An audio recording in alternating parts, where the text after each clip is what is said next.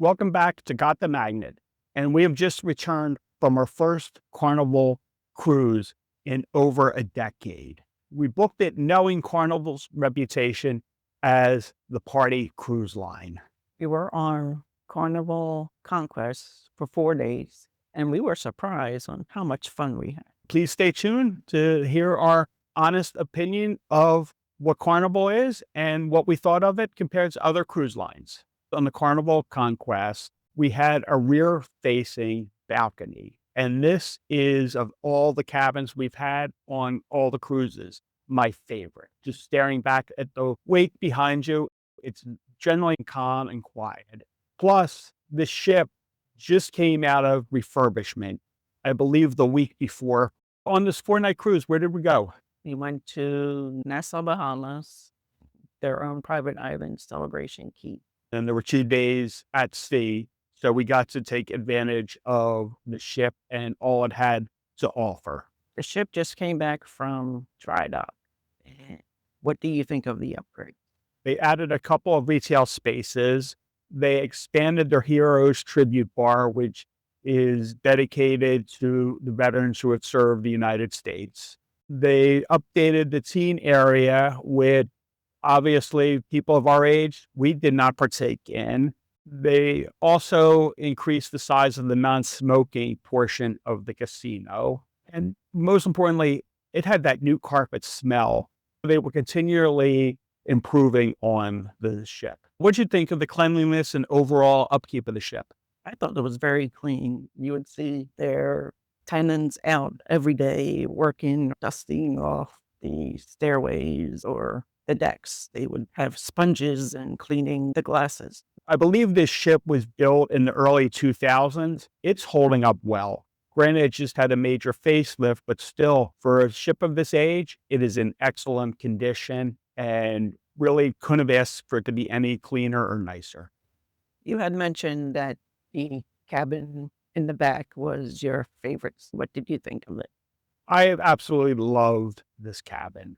Just sitting back on the deck. Normally it's nice and peace and quiet. When the ship was sailing, it was that. When we were getting ready to deport to Miami, that area got very vocal because there were probably half a dozen to a dozen cabins, all having the same idea of looking out. There was free-flowing conversation between each of them. Somebody under us invited pretty much anybody within earshot to come visit them.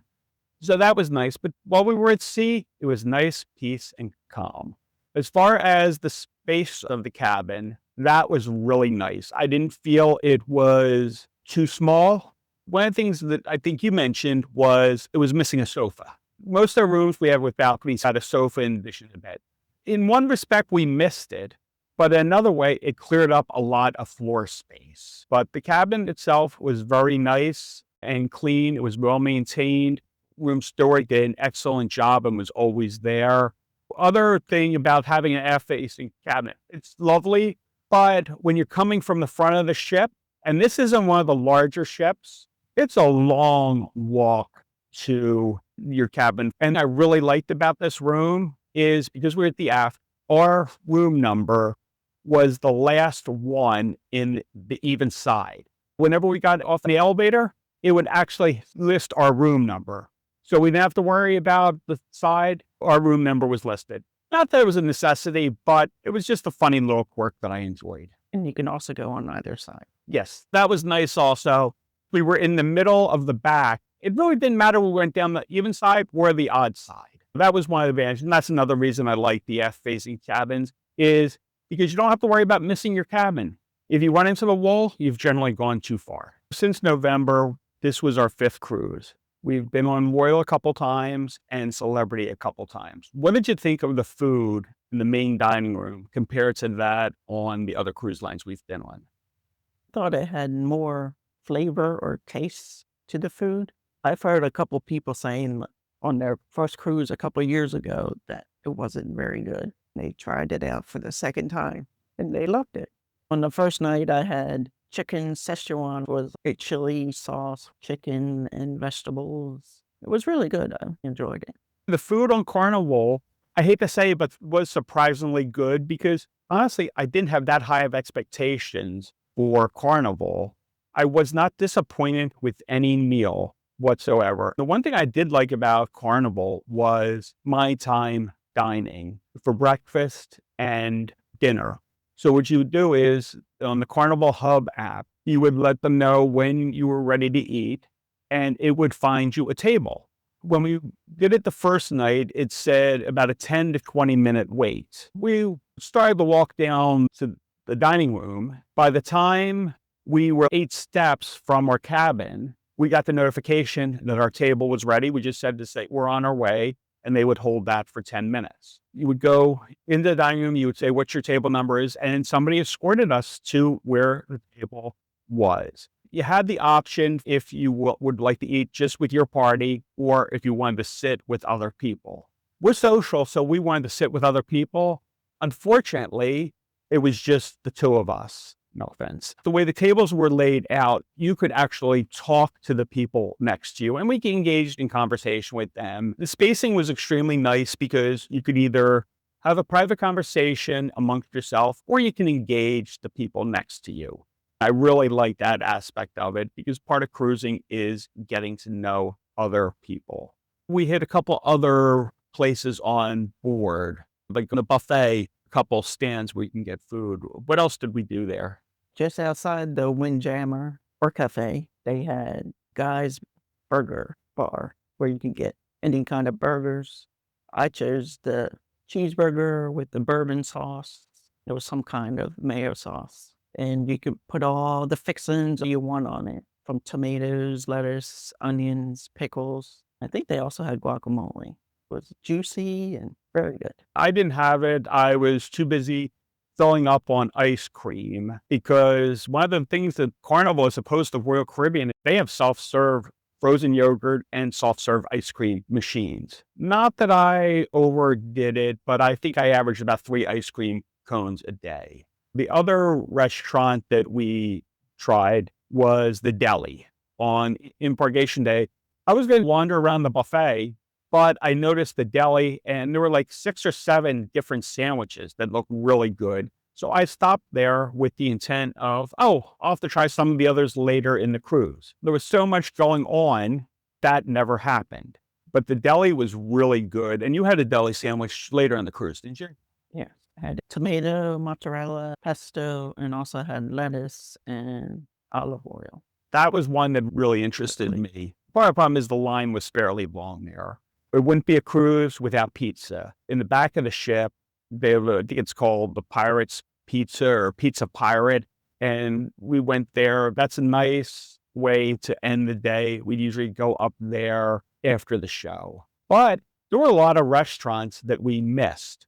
Just because a 4-day cruise, you can't get a lot in. Just running through the list, there was the Blue Iguana, that's their Mexican restaurant. There was a sushi restaurant. If you're regular viewers here, we're not big fans of sushi. We've tried it a couple times and just not our thing. Seafood Shack, which was an extra charge, had everything from clams to lobster. That is something we're definitely going to highlight next time we go on a Carnival cruise because it looked really good. Just didn't have enough time or money. The steakhouse, which is one of the specialty dining, we purposely chose not to go there. On the last couple of cruises, we've done a lot of specialty dining. On this cruise, we just chose to do what was included.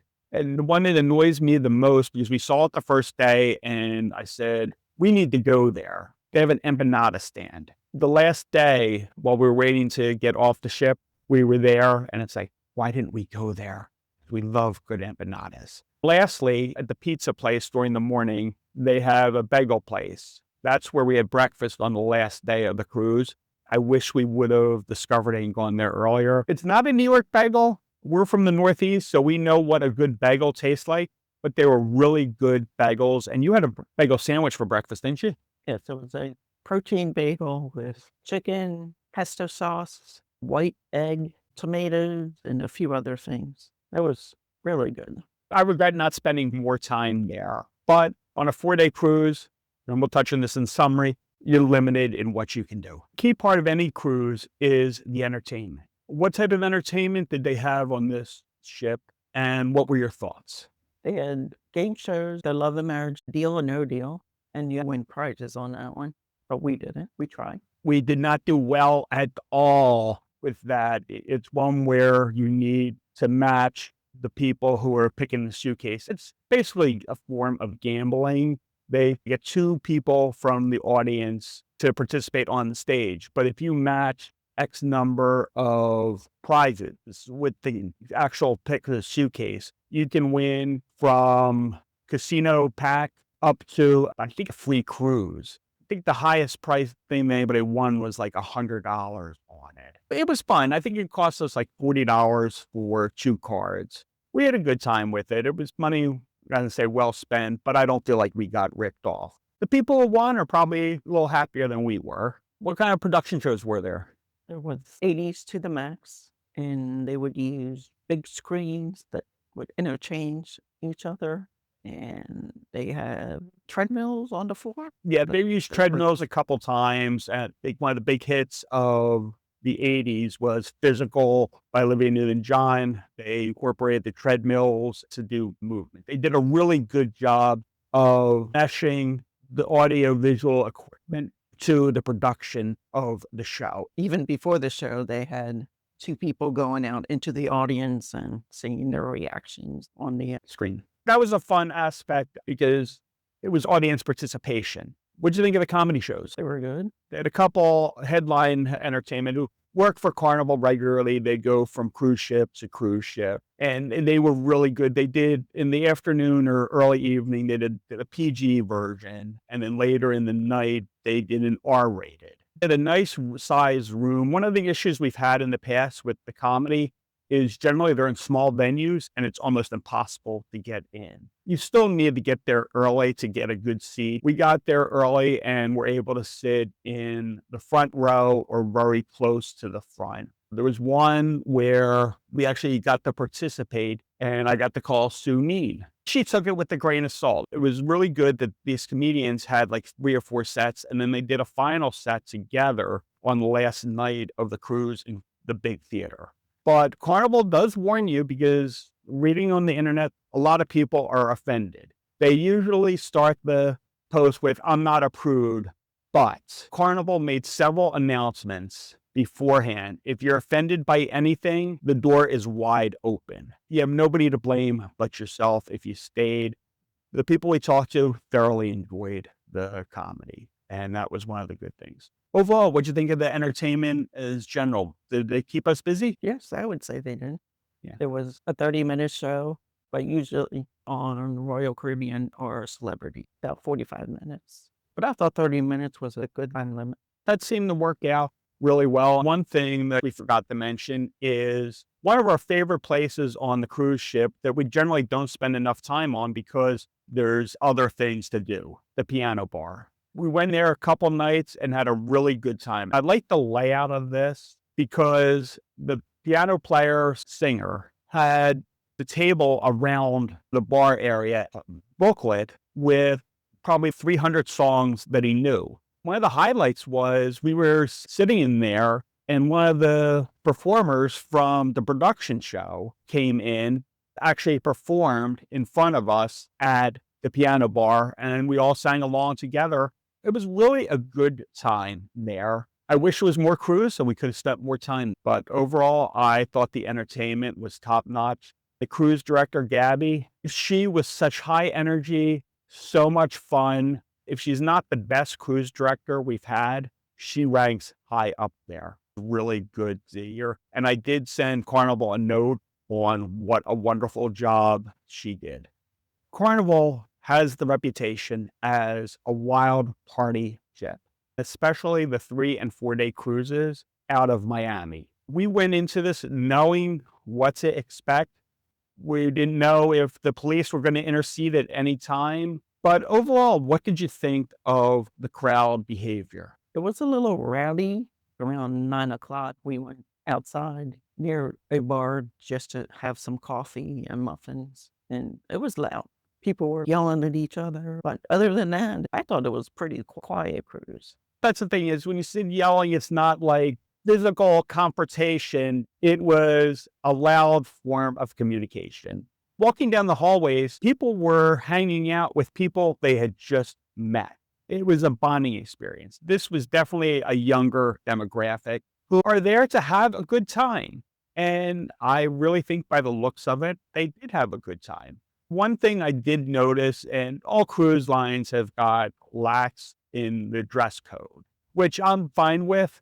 In the dining room, people were pretty much showing up in what they wanted, which is fine. But I know some people are sensitive about that. You should dress for dinner. I'm the type who I need to wear long pants and a nice collared shirt or sweater to dinner. If somebody wants to come in gym shorts and a t-shirt, I'm fine with that. But overall, I had nothing to worry about. I didn't see any confrontation to fights or anything along those lines. It was people all having a good time. One of the issues that I have is, and this is across the line on all cruise lines, people using their cell phone to have conversations on speakerphone with people on land. We were just on a Royal Caribbean ship, and while we were waiting for the parade to start, somebody was talking to the father about the medical procedure he had just had last week on speakerphone. I don't know if a public venue is really proper for that, but I didn't notice the behavior on Carnival any worse than any other cruise line we've been on. I thought it was really well-behaved, fun-loving group. That would not stop me from going on Carnival Cruise Lines again. What did you think of the overall service that we had? I thought the service was very good. Our stateroom attendant, we ran into him a lot. The room was always clean. He was always there if we needed anything. The staff in all the restaurants and the bars were very friendly, very courteous. In the dining room, they were very professional. Couple issues here or there, but because we were thinking about getting the 3-night wine package where you get a discount price on 3 bottles of wine. They didn't really seem to know what we were talking about. But as far as being friendly, being attentive, the meals in the dining room were very good. They were very efficiently run. I couldn't have really asked for much more. You want the people who work there to make you feel welcome. It is their job, but it's also where they live. We all have bad days, but across the board, the staff, the servers were all wonderful. And I would give them all 10 out of 10 their service. This was a 4-night cruise with 2 ports. The first port was Nassau. What did we do in Nassau? We did a wine lunch. They also showed us their wine cellar, which was pretty fascinating. They had lots and lots of wine. There was one that was dated back into the 1700s, I believe. Yeah, I want to say 1729, but yeah. So, and it's really worth a lot. I believe they said this is the 3rd largest private collection of wine in the world. And after walking through the wine cellar, I don't doubt it. I believe it was 5-course lunch paired with all different kinds of wine. It was really good. It was actually a 6-course lunch because we thought it was a 5-course lunch with the dessert being a cheese tray. And then we made our way to head back to the ship, and they stopped us and said, no, we have coconut cake coming. We managed to find room for the coconut cake. That was a really good. What did we do in Nassau before we went to Great Cliff? We went to see the Pirate Museum. They had a boat there that had different kinds of sounds, pirates singing, and had little facts how they live. They had the pirates' names on the plaque and said a little bit about them.